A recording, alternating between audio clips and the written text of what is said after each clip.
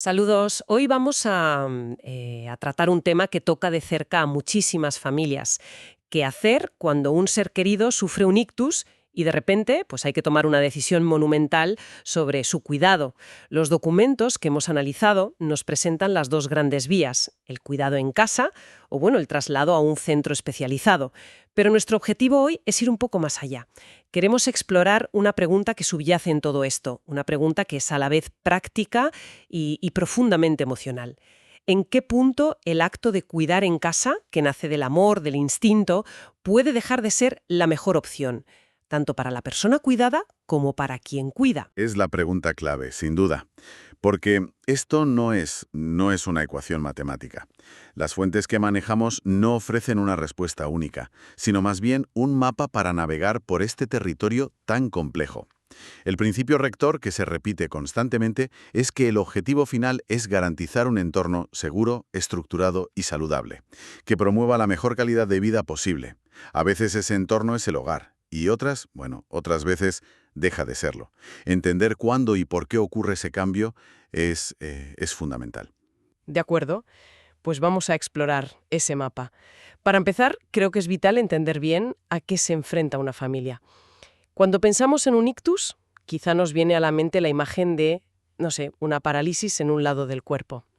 Pero los documentos dejan claro que el abanico de consecuencias es muchísimo más amplio y complejo. De la zona afectada puede manifestarse de formas muy diversas. Por supuesto está el aspecto motor, la debilidad o parálisis que dificulta caminar, usar un brazo, incluso mantenerse en pie. Pero luego entramos en áreas que son, si cabe, más disruptivas para la vida diaria. Pensemos en el lenguaje y la comunicación. Los textos describen la afasia, que no es solo no poder hablar, es también la dificultad para encontrar las palabras correctas, para leer o incluso para comprender una conversación sencilla. Lo cual debe ser increíblemente aislante. Es como estar atrapado dentro de la propia mente. Y además de la comunicación, se mencionan los efectos cognitivos. Efectivamente, cambios en el razonamiento, en la memoria, en la capacidad para organizar tareas sencillas del día a día. A veces la persona se vuelve más impulsiva, o por el contrario, extremadamente lenta y precavida. Y a todo esto se suma la dimensión sensorial, la pérdida de tacto, de la percepción del frío o el calor en ciertas partes del cuerpo, lo que, claro, aumenta el riesgo de lesiones sin que se den cuenta. Lo que me llama la atención de todo esto, más que cada secuela por separado, es la idea que se extrae del conjunto. Lo que describen las fuentes no es una condición estática que hay que gestionar, sino más bien como un ecosistema de riesgos que está en constante evolución. No se trata solo de afrontar las consecuencias iniciales. Exacto, ese es el gran descubrimiento que nos obligan a hacer estas lecturas. La atención post-ictus es una batalla en múltiples frentes. Y aquí es donde la lista de posibles complicaciones a largo plazo pues cobra todo su sentido. No son problemas aislados, son una cascada de riesgos interconectados. ¿A qué nos referimos exactamente con esa cascada? Pues por ejemplo, los problemas para tragar pueden llevar a la desnutrición y la deshidratación, pero también a la neumonía por aspiración, si la comida va a los pulmones. La inmovilidad, a su vez, no solo causa rigidez articular o dolor en el hombro, sino que dispara el riesgo de trombosis venosa profunda, coágulos en las piernas, y de úlceras por presión, que son heridas graves en la piel que pueden infectarse. Y a eso le sumamos el riesgo de convulsiones, las infecciones urinarias, por la falta de movilidad o el uso de sondas. Y, por supuesto, el impacto anímico, la depresión. Es una de las complicaciones más comunes y a menudo la más silenciosa. Precisamente, por eso decías que es un ecosistema. Cada problema puede generar otro, y ese es el verdadero desafío que puede desbordar a una familia. La atención domiciliaria puede parecer manejable el primer mes, pero esta complejidad creciente es lo que pone a prueba los límites del cuidado en el hogar. No se trata solo de amor y dedicación, sino de tener la infraestructura y los conocimientos para gestionar esta red de riesgos. Entendido ese enorme desafío, hablemos de la primera gran opción que casi todo el mundo considera: cuidar a la persona en casa. Es la respuesta natural, casi instintiva. Queremos a los nuestros cerca, en su entorno. Es la opción que parte del corazón, y es totalmente comprensible. El hogar es el espacio de la identidad, de los recuerdos. Sin embargo, Los materiales que hemos analizado insisten en ser muy realistas sobre lo que esto implica. Subrayan que ser el cuidador principal es un compromiso de una magnitud inmensa, a nivel físico, emocional y también financiero. La pregunta que los documentos invitan a hacerse no es «quiero hacerlo», sino más bien «¿puedo hacerlo de forma sostenible?». ¿Y a qué se refieren con sostenible? ¿A no agotarse? Exacto. Se insiste mucho en la salud del cuidador. Si la persona que cuida se agota, enferma o sufre lesiones, por ejemplo en la espalda, por levantar al paciente, el sistema de cuidado se derrumba por completo. Y entonces la calidad de la atención que recibe el ser querido se resiente inevitablemente. Ser sostenible significa reconocer los propios límites y buscar ayuda antes de llegar a un punto de quiebre. Espera un momento. Entonces, lo que los documentos proponen es que la conversación no debería ser ¿nos lo quedamos en casa o no? La verdadera pregunta es ¿qué tipo de red de apoyo podemos construir alrededor de nuestro hogar? Eso, la verdad, es que lo cambia todo. Has dado en el clavo. No es una decisión binaria de todo o nada. Existe todo un espectro de opciones intermedias que pueden hacer que el cuidado en casa sea viable y de calidad durante mucho más tiempo. Son herramientas para esa sostenibilidad de la que hablábamos. Y son soluciones muy prácticas. Se habla, por ejemplo, de los centros de día para adultos. Mucha gente puede pensar que es como un aparcamiento para mayores, pero las fuentes los describen de una forma muy diferente. Totalmente. Los presentan como centros de socialización, de terapia ocupacional, de rehabilitación física. Son un lugar para combatir dos de los mayores enemigos de la recuperación: el aislamiento y la depresión. Ofrecen un entorno estructurado y estimulante durante unas horas al día, lo que beneficia enormemente al paciente. Y, a la vez, libera al cuidador para que pueda trabajar, hacer recados o simplemente descansar. Y luego está otro concepto que me parece fundamental, los servicios de respiro familiar. Cruciales. Las fuentes los enmarcan no como unas vacaciones para el cuidador, sino como una herramienta estratégica para la salud del sistema familiar. ¿Cuánto más tiempo y con mejor calidad puede una persona cuidar en casa si sabe que tiene una válvula de escape programada cada ciertas semanas? Puede ser una tarde, un fin de semana. Es el tiempo necesario para recargar las pilas, las físicas y las emocionales, y evitar el síndrome del cuidador quemado. Y por último, la ayuda a domicilio más directa, con auxiliares que acuden a casa para tareas concretas. Eso es.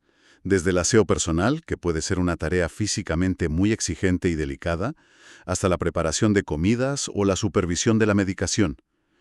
La clave de todo esto es que cuidar en casa no tiene por qué significar hacerlo todo en solitario. Se puede y se debe delegar. Construir esta red de apoyo es lo que marca la diferencia entre un cuidado que agota y destruye y uno que es sustentable y beneficioso para todos. Pero ¿qué pasa cuando incluso con toda esa red de apoyo, la complejidad médica de la que hablaba más antes supera lo que un hogar puede ofrecer de forma segura? Ahí es donde las fuentes nos llevan a explorar la otra gran vía, los centros de cuidados a largo plazo. Y lo primero que hacen, y me parece muy importante, es romper el mito de que son todos iguales.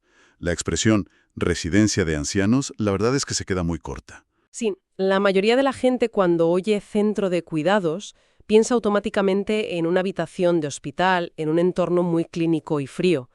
Pero los documentos describen algo que se parece más a un campus, con diferentes niveles de atención, como barrios según las necesidades. Es una analogía perfecta. El primer nivel, por ejemplo, serían las viviendas asistidas o centros residenciales. Son para alguien que todavía tiene bastante autonomía y puede vivir en su propio apartamento, pero que ya no quiere o no puede gestionar las comidas, la limpieza, la colada. La clave es que se vive de forma independiente, pero con una red de seguridad y servicios. De acuerdo. Ese sería el primer escalón. Pero si las necesidades aumentan. Si las necesidades aumentan, entramos en el terreno de los centros sociosanitarios, lo que en la documentación original se llama Skilled Nursing Facilities. Aquí ya no hablamos solo de servicios de apoyo, sino de atención de enfermería cualificada y cuidados médicos, que pueden llegar a ser de 24 horas al día. Es el lugar para personas con problemas de salud complejos, que necesitan supervisión constante, curas especializadas o rehabilitación intensiva. Y dentro de este nivel también se mencionan unidades aún más específicas. Sí, como las unidades de cuidados especiales para personas con demencia. En ellas, tanto el entorno físico, sin barreras, con estímulos adecuados, como el personal están específicamente formados para manejar las necesidades de estos pacientes. Y luego está una opción muy interesante, las comunidades de cuidado continuado. Permiten a una persona vivir en el mismo complejo a medida que sus necesidades cambian, pasando de una vivienda asistiva a la zona sociosanitaria sin el trauma de una mudanza a un lugar desconocido. Se trata de encontrar el recurso que encaja con la situación médica y personal en cada momento. Ahora bien, las fuentes también detallan las razones por las que un médico podría recomendar activamente el traslado a uno de estos centros. Y esto puede sonar muy duro para una familia. Puede sentirse como que les están diciendo que no son capaces de cuidar a su ser querido. ¿Cómo se aborda esta tensión entre la recomendación clínica y la carga emocional? Ese es el nudo gordiano del asunto, y es donde la conversación se vuelve profundamente humana. Los motivos que esgrime un profesional, según los textos, son siempre por seguridad. Por ejemplo, si el estado de salud empeora y se necesita una atención de enfermería constante que un familiar, por muy buena voluntad que tenga, no puede proporcionar. O si coexisten varios problemas de salud complejos que requieren una vigilancia experta para evitar interacciones peligrosas. O volviendo a lo de antes, si la salud del propio cuidador está en riesgo. Exactamente.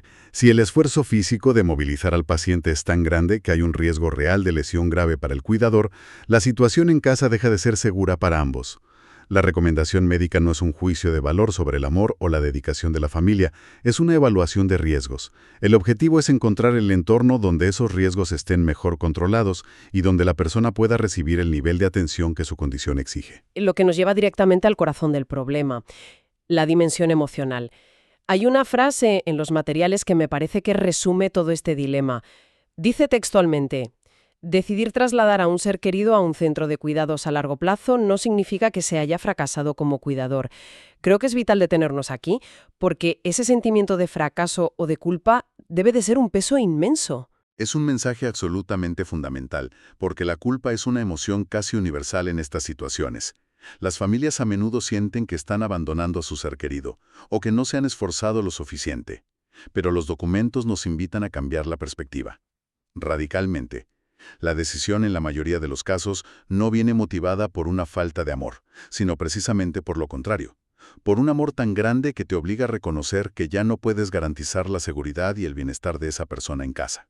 Es decir, que es más una cuestión de realismo y de responsabilidad que de capacidad o de afecto. Precisamente.